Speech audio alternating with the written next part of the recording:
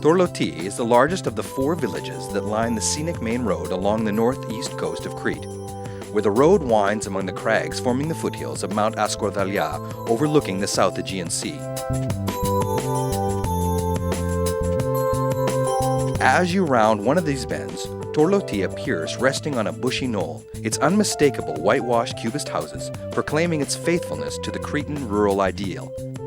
The village itself is a series of winding alleys, bedecked with flowers hanging from the adjacent gardens, all within a sea view.